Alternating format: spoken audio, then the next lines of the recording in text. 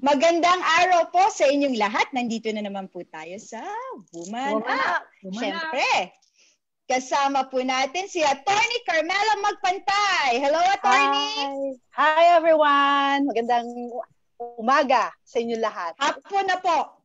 Hapon na tayo. Ayaw nga pala, hapon na. Gusto ko kasi umaga lagi. Siyempre, kasama din natin si Miss Susie Rojas.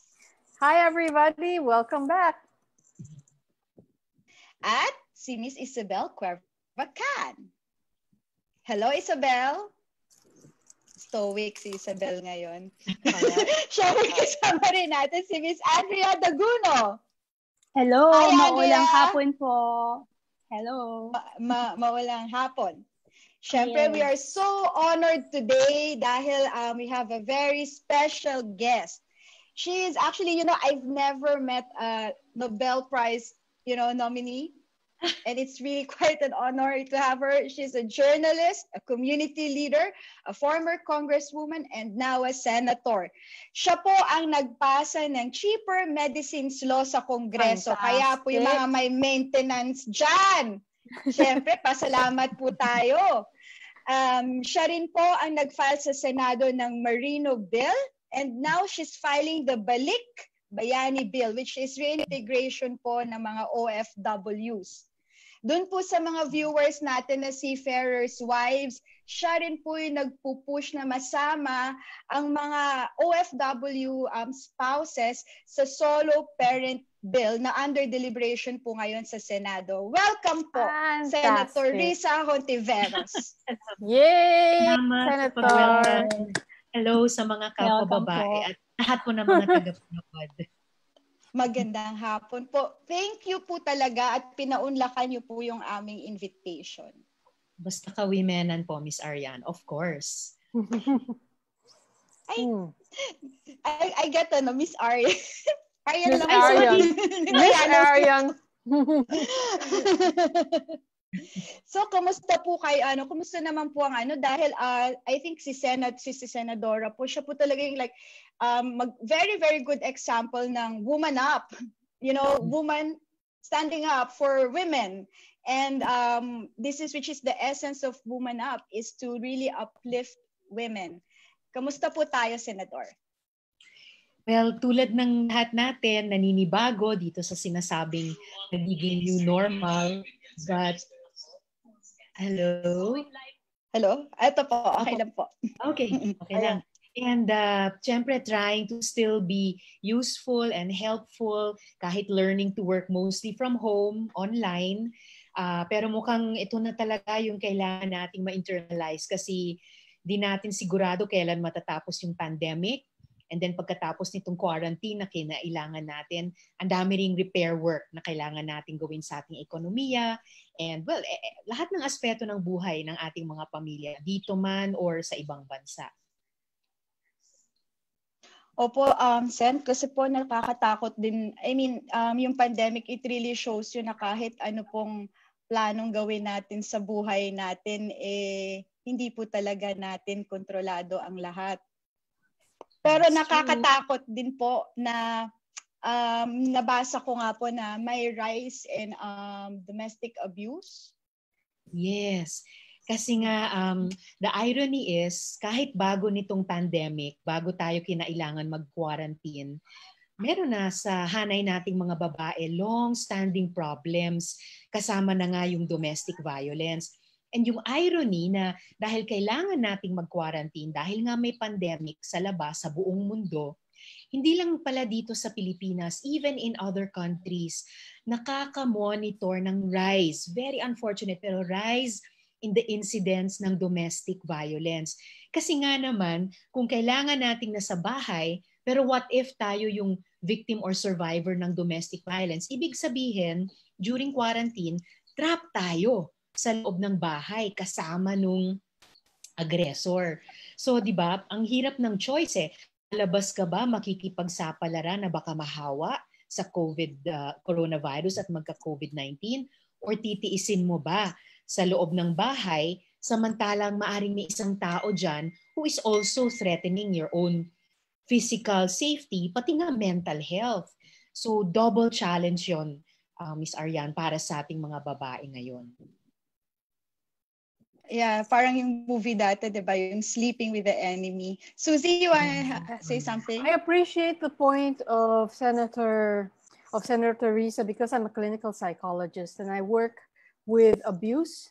I work with abuse, and the issue from a social dimension is when the aggression is high, when the temperature is hot, when there is a sense of disparity in gender, there is violence in the atmosphere, the reactivity of a violent person, it becomes exacerbated, it becomes stronger.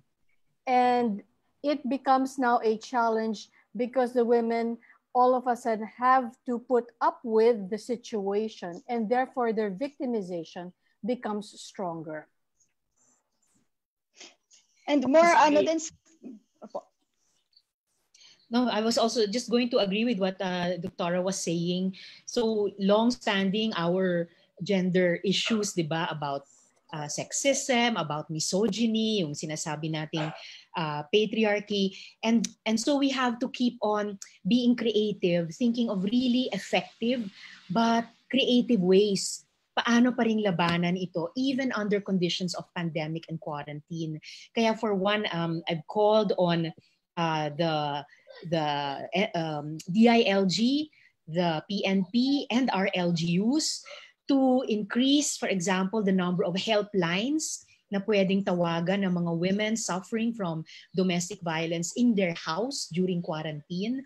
Tapos makapag-provide din sana sila, both our local government units at saka yung police natin, na mga safe houses where women, and even children who are suffering domestic violence can find a safe space.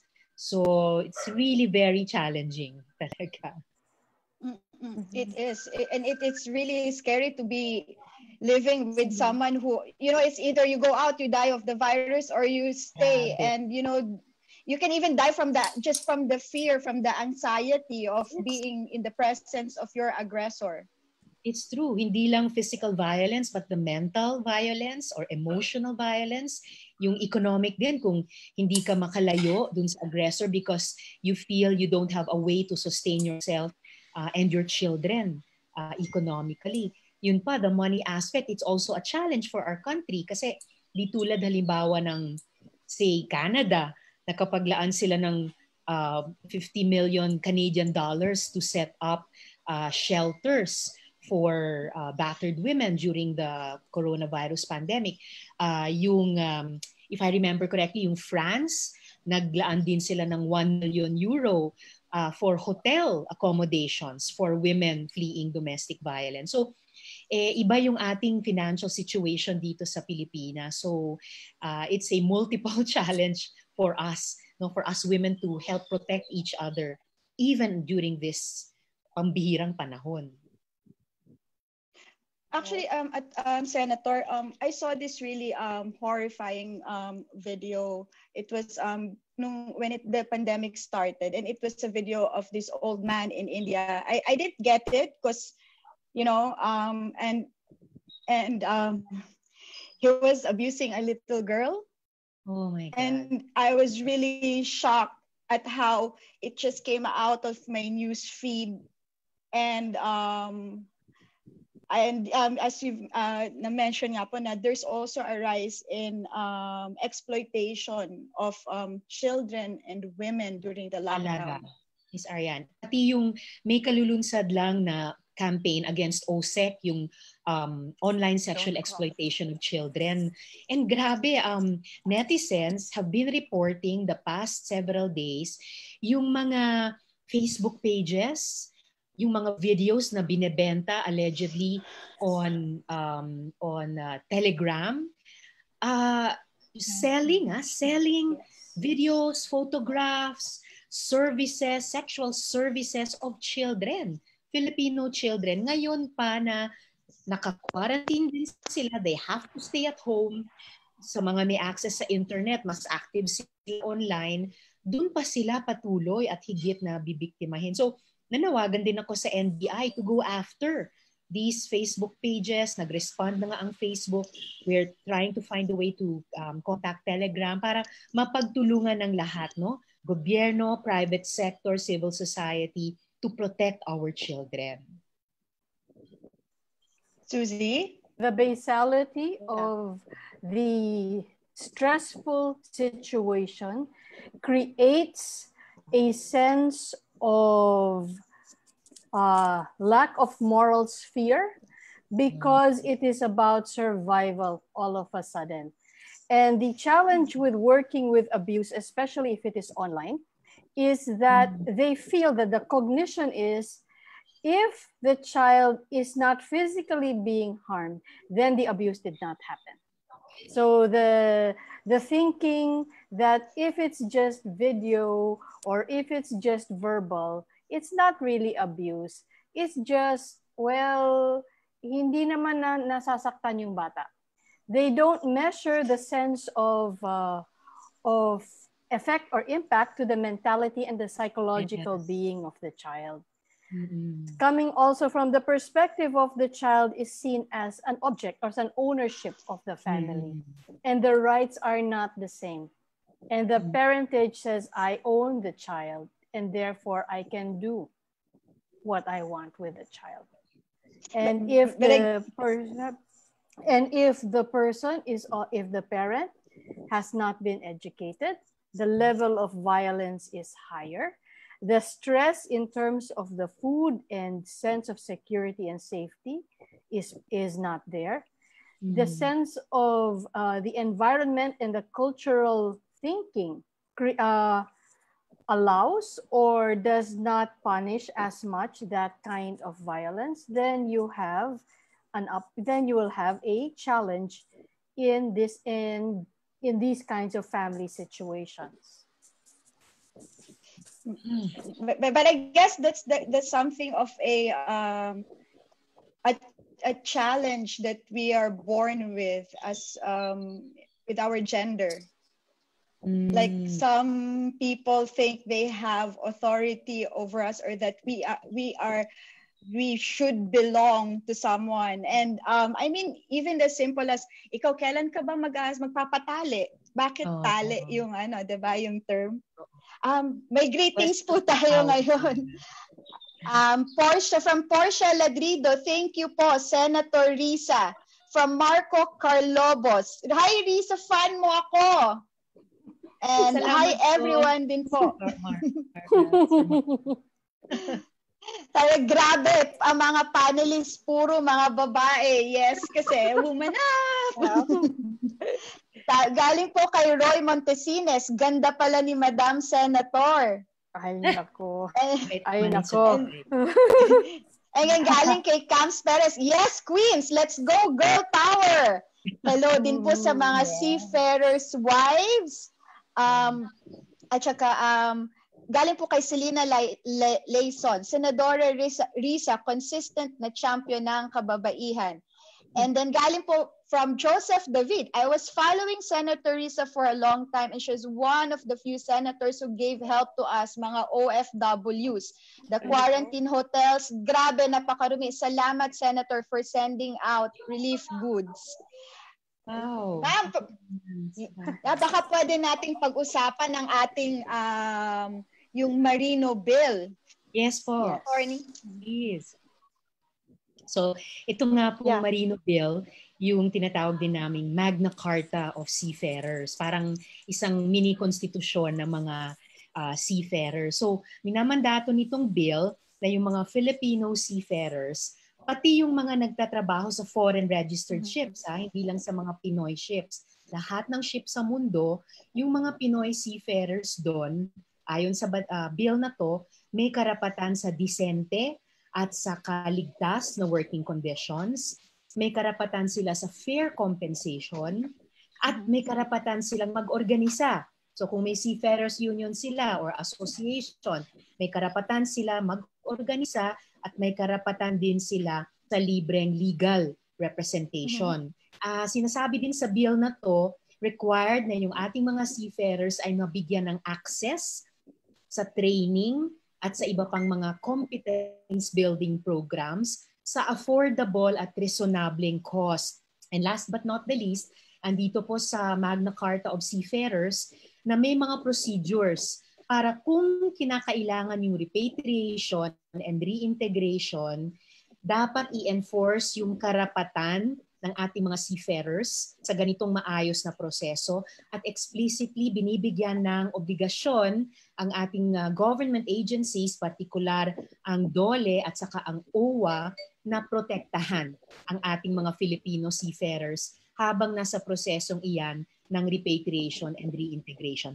And lastly pala, speaking of reintegration, dahil nitong pandemic nga, nitong quarantine globally, ay yung ibang mga kababayan nating OFW, pati mga Rino, ay pilit na pinauuwi. Kaya nanawagan din po ako dun sa reintegration program na tinatawag naming Balik Bayani program. So para sa ating mga OFWs na in partnership sa mga local government units, ang DOLE at saka ang OWA ay makikipagtrabaho para hanapan ng ibang trabaho at hanap buhay yung ating mga OFWs habang nandirito pa sila at habang posibleng hindi pa sila kaagad makakabalik sa kanilang host countries. So in short po, yun yung mga main features ng Magna Carta of Seafarers na bill. Nice. Attorney. Sen, gusto ko lang sana i-clarify regarding dun sa Magna Carta na mention mo na para sa mga seafarers natin yon. And kasama po ba dito sa batas kung meron pong specific profession na like may isang department na parang kumbaga sila ang nakatalagka na mag-implement ng mga measures at lahat na itong provision na nakalagay dito sa Magna Carta na to? Sa ngayon, attorney, wala pa po kaming nako-contemplate or na POA pa rin department. Po. Sa ngayon, POEA with DOLE and OWA. Pero since papasok pa naman ito sa period ng committee hearing and then bago sa plenary interpellation and amendments, by all means, open pa rin ako at I'm sure magiging bukas yung Senate committee na lalong i-improve ito. Lalo na't katrabaho ko yung mga seafarers organizations and I would welcome more inputs from more stakeholders. Thank you po. Meron po. Saka po, isa pa po siguro. Sorry. Isa pa po siguro kasi parang matagal na issue kasi yung yung pag-handle ng mga cases ng ating mga seafarers. Dito po din sa batas na bato, retained pa din sa NLRC o magkakaroon ng isang parang court na mag-hear ng ating mga cases sa mga seafarers natin. That's a good idea. Nino-note down ko po sa notes ko, homework to work on further. Hindi po kami nagko-contemplate sa bill sa ngayon po ng paglikha ng mga bagong ahensya. Pero I'm noting this down kasi baka magandang i-discuss nga natin sa ating courts kung meron silang either lilikha ba sila ng bagong court or mag-a-assign ba sila ng existing court na titignan itong mga kaso para maayos at hanggat maaari mas mabilis na ma-resolve yung mga kaso. Of course, as you pointed out po, attorney, hindi nawawala yung obligasyon pa rin ng NLRC. Pero noted po yung tanong nyo yan. I'll work on it further po. Thank you po. Opo. Kasi Senator, kasi pwede po siguro namin mailapit din sa inyo ngayon kasi speaking of repatriation, every month we have a cycle po sa industry and we deploy around 50,000 seafarers abroad. So, yung cycle po na ikot kasi kailangan po mag-crew change dahil hindi naman po natin pwedeng patagalin masyado yung mga seafarers natin sa barko dahil they will be sa fatigue. So, ngayon po na nagkaroon ng quarantine, yung cycle po na yan, parang ventilador, niligan mo ng ganyan, nag-break. Yes. So, yun lang po sana kung pwede pong matulungan niyo po kami na maidulog dun po na sa mga kailangan na government agencies. Yeah.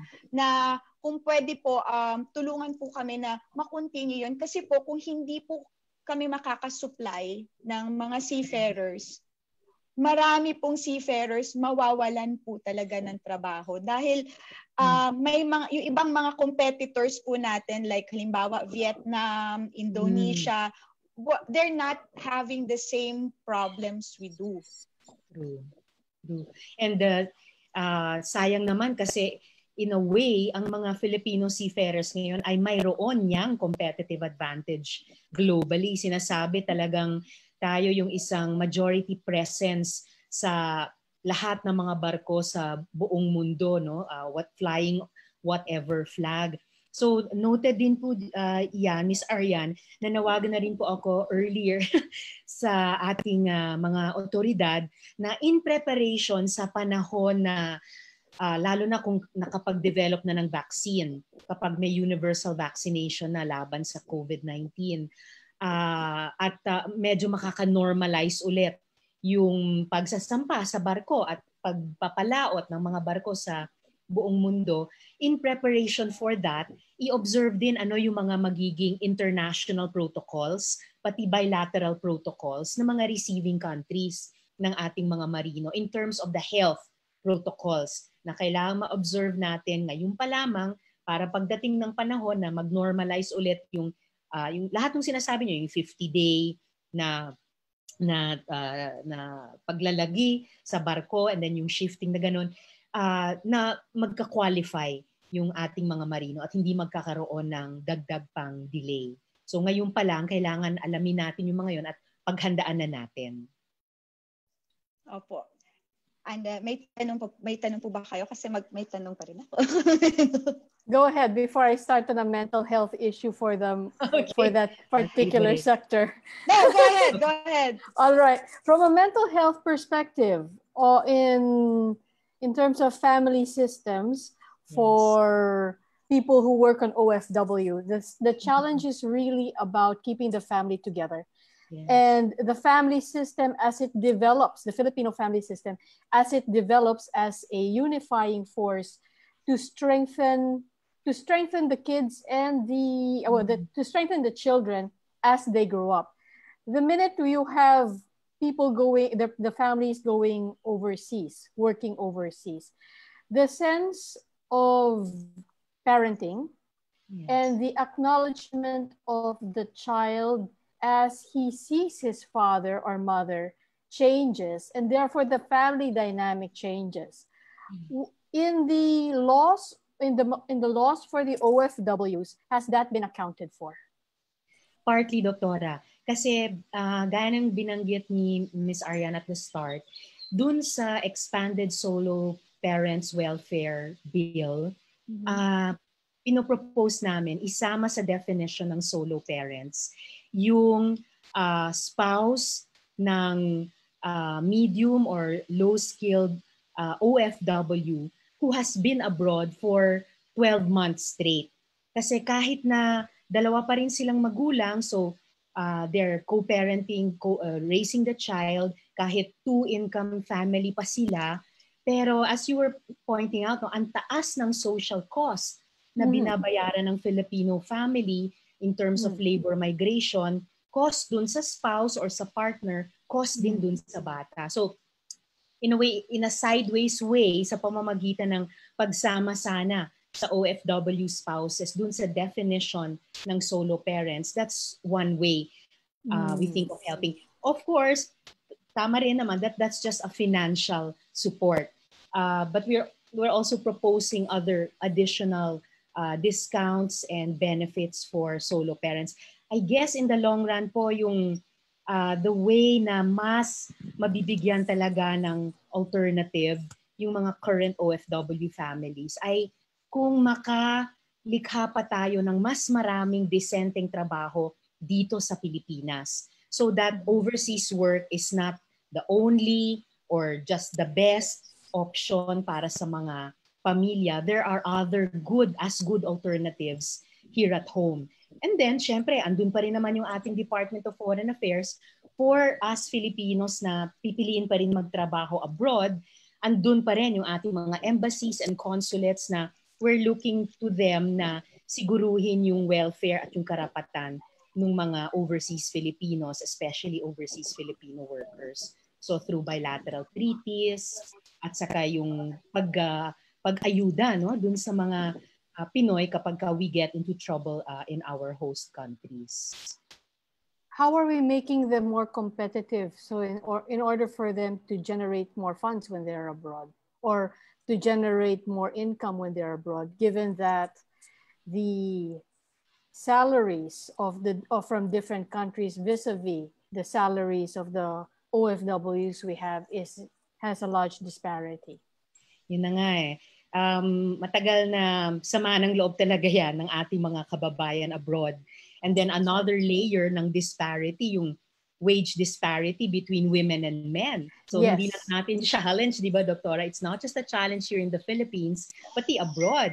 And pati yung mga foreign women na nakakasalamuhan ng ating mga kapwa Pinay abroad, they're also facing that challenge in their own domestic culture. So all around the world. Kaya ano yan, laging top of mind issue na ipinaglalaban ng labor movement dito and abroad, and pati ng women labor. No? They're also struggling with that issue kahit sa mga kapwa unionista nila na lalaki. And the same sa mga kapwa babae natin in migrant workers organization. So it's really an historic problem and we have to keep on working at it. Ngayon, there's a third layer of difficulty, pandemic pa. So ang daming, di ba, sinasabi ng mga economists, nasisira yung mga tinatawag nilang supply chain, it's affecting jobs, it's affecting prices, it's affecting availability of products and services, at yung kakayahan ng mga pamilya to actually buy and afford these or pay for these. So, sorry, ang haba ng sagot ko, but your question is really one of the question ng buhay natin. It's a major question. Would you like to comment on that price, that increase in tax that they were talking about that was retracted? Increase in which tax? The OFW additional money that they were supposed to pay. Yes.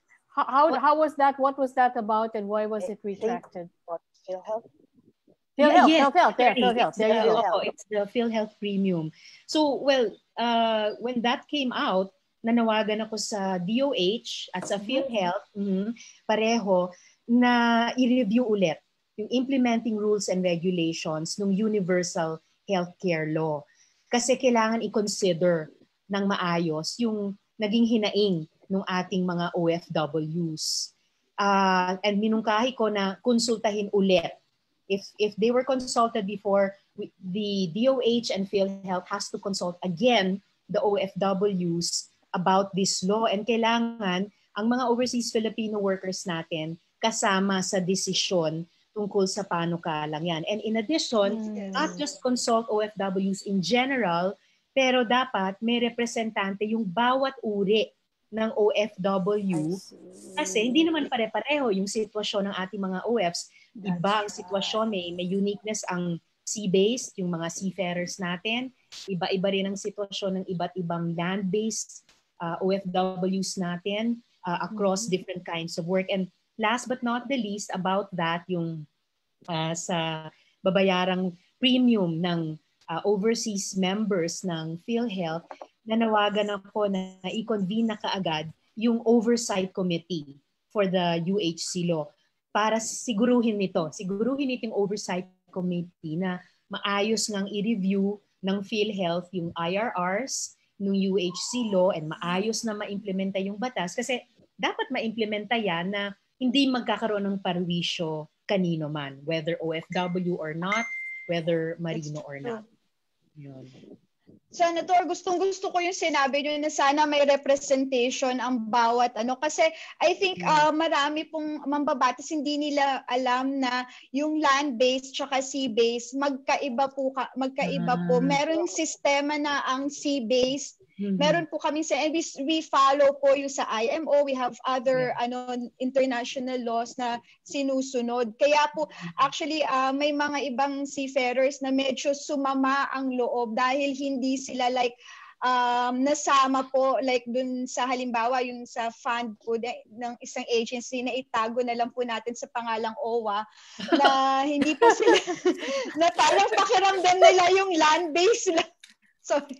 Land-based lang po yung parang mas nabigyan ng yung land-based. Samantalang ang mga seafarers po talagang nagbibigay din po ng contribution sa mga dun nga po sa OWA.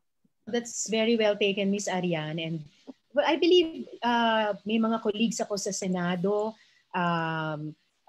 kasama na yung chair ng aming Senate Committee on Labor, si Sen Joel, and I believe mga counterparts namin sa House na mayroon din na natututo na rin ito tulad ko, ma-appreciate yung uniqueness ng sea-based at saka ng land-based work. And therefore, dapat yung pagiging partikular na mga batas na gagawin namin or aamyendahan namin para sa seafarers. And well, ni-note ko rin about OWA kasi pwede ko rin banggitin ito kapag nakita ko ulit si OWA Administrator Hans Kakdak sa mga labor fora. Kasi for one, napansin ko isa siya sa matagal nang he really tries to be responsive dun sa concerns ng mga OFWs natin, whether sea-based or land-based. So, i-bring up ko rin po ito sa kanyang attention.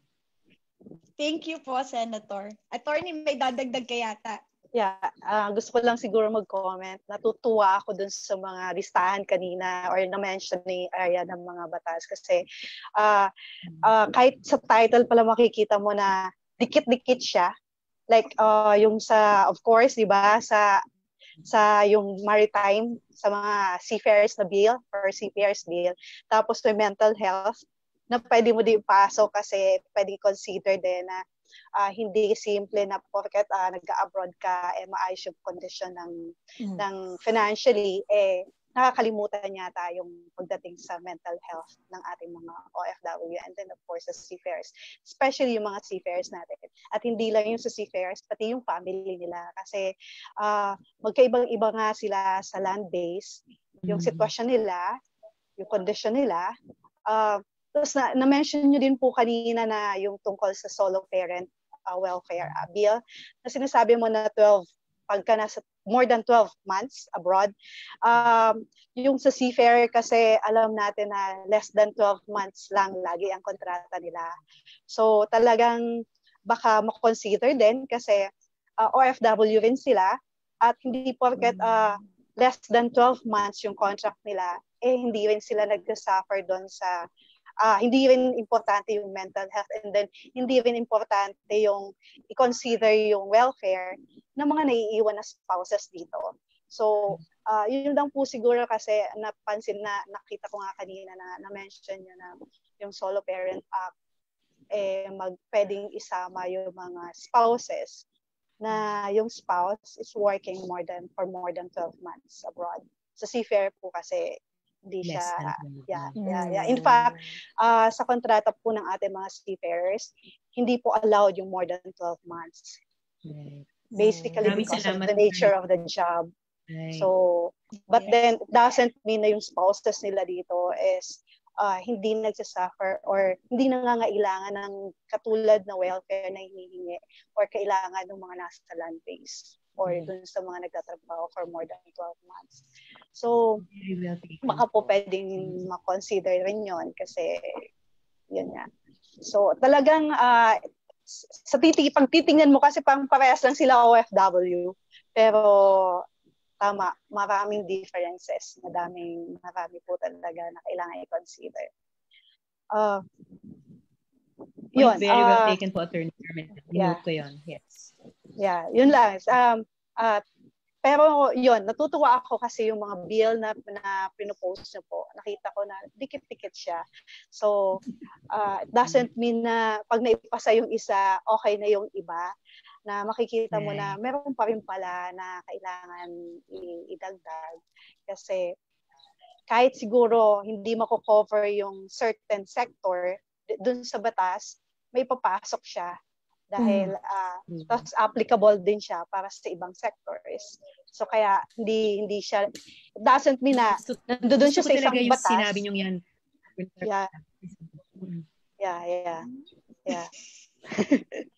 Yun lang po. Gusto ko talaga yung sinabi niyo yun na konektado yung mga batas. I mean, as legislators, dapat tinitingnan talaga namin ano ba yung buong policy framework at paano nagko-complement sa isa't isa. Hindi nagkokontrahan, hindi naglalabanan, hindi nagbabawasan one from the other. Pero talagang natuwa ako kasi I was thinking na siguro kaya importante rin sa atin na konektado lahat. It's something about the way we've been socialized as women. I don't think exclusive lang sa atin kasi naniniwala ako yung strength and yung caring parehong may potential sa lahat ng tao. And we see the same caring potential in men.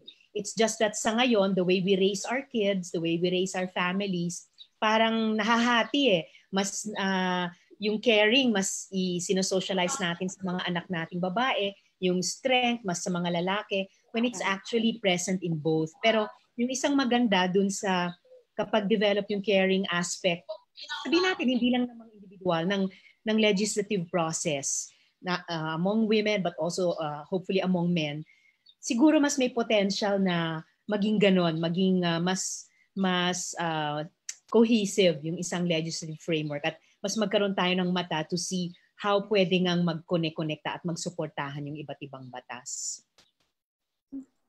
Connect nga. Senator, I have a question for you. Naiya akong itanong sa inyo. Okay. Itatanong ko pa rin. Nabahan ako tuloy ko. Medyo makapal ang face ko. Kasi, my dad is a union leader. He's a maritime union leader.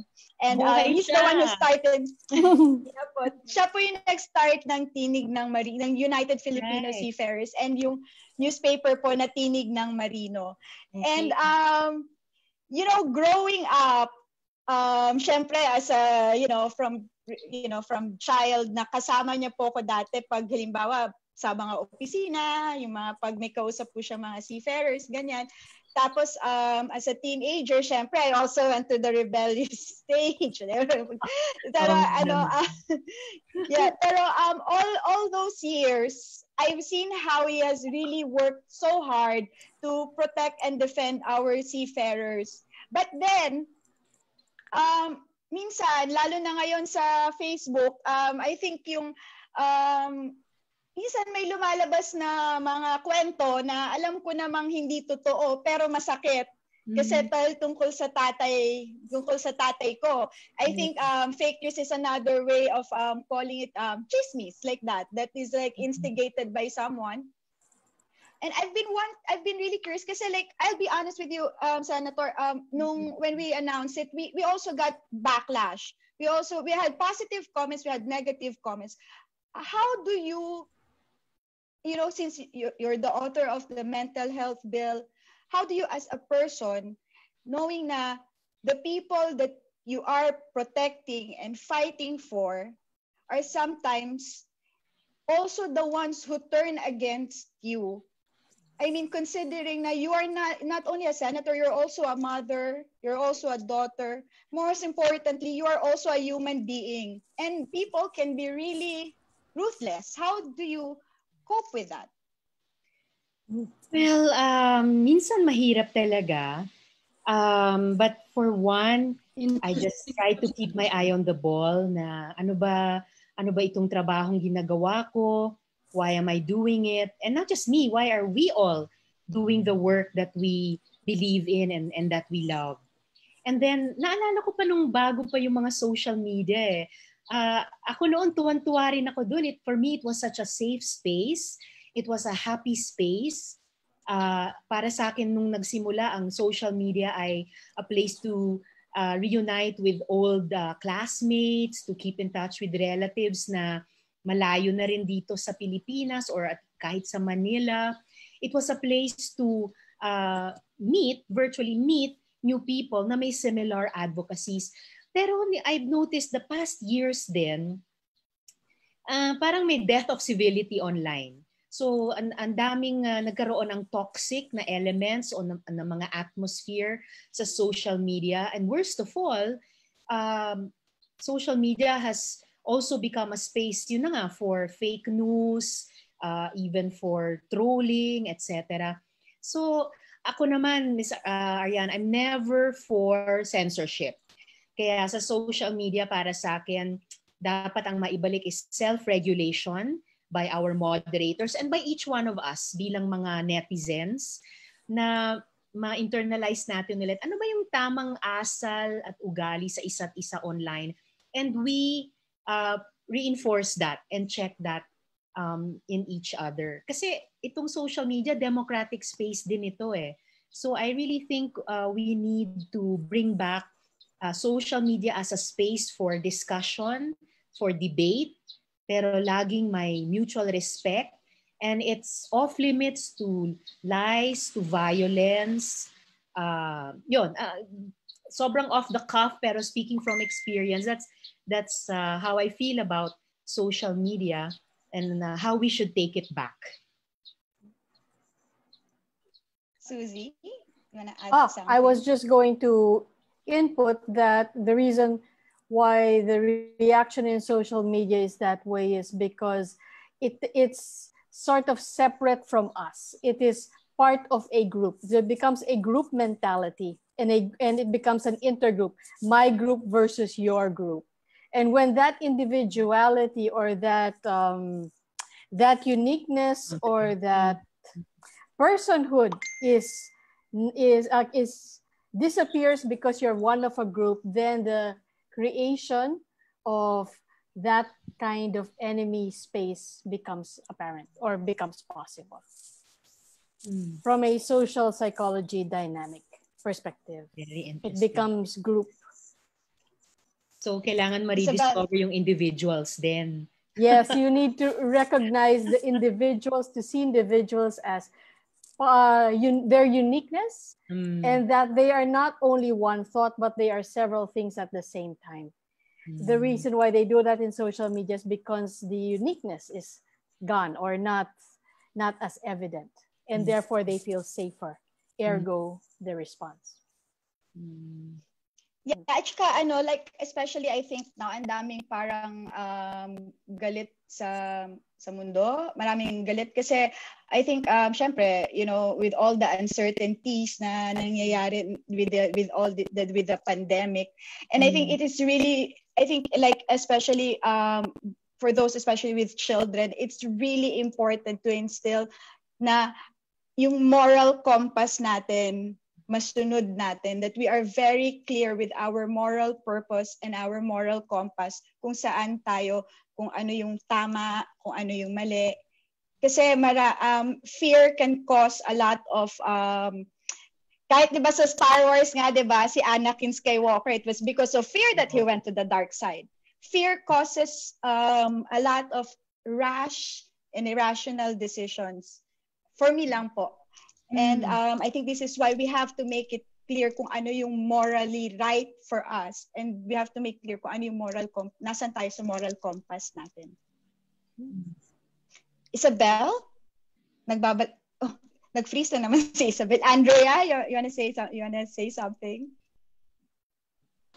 Yeah, I totally agree regarding the social media. Kasi yung platform talaga is, there's advantage and disadvantage of using it. And ang important lang talaga is, you have to apply yung 90-10 principle na sinasabi nila. That 10% of life is made up of what happens to you. So kung ano man yung makita mo sa social media, is it positive or not, it is just 10%. And the 90% still depends on how you react or respond on it. So tama yung sinabi mo, Arya, na you really have to yung moral compass, you really have to know kung ano ba talaga yung tama at mali in what you're following or what you're advocating. So, yun. That's my piece of insight. All right. Yeah. So, all right. Any last messages, ladies? And before we ask Senator Hontiveros? Yeah, I would just like to thank Senator lang regarding sa mga very insightful na binigay niyang mga bills na naka-line up for our OFWs or seafarers, and also dun sa solo parent. Marami rin kasi akong friends na seafarer, and at the same time mga solo parent din sila. So I know yung hirap na dinadaanan din nila when it comes na mag-work sila sa barko and they will going to leave their kids here. So yung impact din sa kanila, mentally and also emotionally.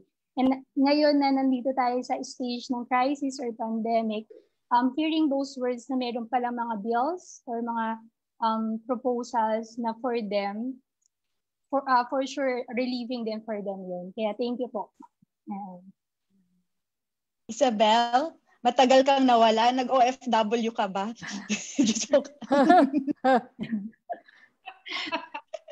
I'm so sorry. The internet today, dahil sa bagyo, is not cooperating with me. Yeah. But what I've been able to catch, it's been so interesting so far. Thank you. Thank you. And thank you, Senator, for everything that you continue to do. Appreciate it. Senator, thank you so much for your time. Are you there? Yes. Yes, I'm here. Yeah. I'm really thankful, not only for your time for us today, kasi alam ko na we're just new. We're not a big show, we're not famous, but you gave us time. And that really means a lot to us. And thank you for always fighting for women's rights and children's rights, and our rights, for always being brave enough to face everything. I'll give you a virtual hug. Oh, how sweet. There you go. Hug, kahit online, virtual hug. We're all doing this all together. And maraming salamat din for inviting me to join you on the show, and through you to join with our kababayans abroad, and yung mga, lalo na yung mga kapwa babae natin abroad as well, and here in the Philippines, mga kabaro natin. I hope yung mga marino natin who are listening or who chatted in, stay safe po kayo kahit ito may bagyong Ambo ngayon. You're bringing the pride of the Philippines as an archipelago all over the planet, sa lahat ng karagatan ng planeta natin. And then of course, lastly, Ms. Arian, through you, virtual hugs din sa lahat ng mga kapwa babae who are participating in this program. As a fellow woman, I know how many dreams we have for our children, our families, para sa ating bayan. So sana tuloy-tuloy lang yung pagkakaisa natin. You know, working out, even if there are problems, there are disagreements, pero alam ko marami ring areas of common concern at kaya nating to materialize those, to make them a reality for our country. So salamat, ingat and stay healthy. Mabuhay po kayo. Thank you. Thank you. So tomorrow po, join us again tomorrow po with the Other Woman Up group. Kasama po natin si Jimmy Bondoc. So happy afternoon. Bed weather, matutulog po tayo ulit siguro. Ako matutulog ako ulit. So see you tomorrow, and woman up! Woman up! Woman up! Thank you! Thank you. Bye-bye. Thanks. Bye.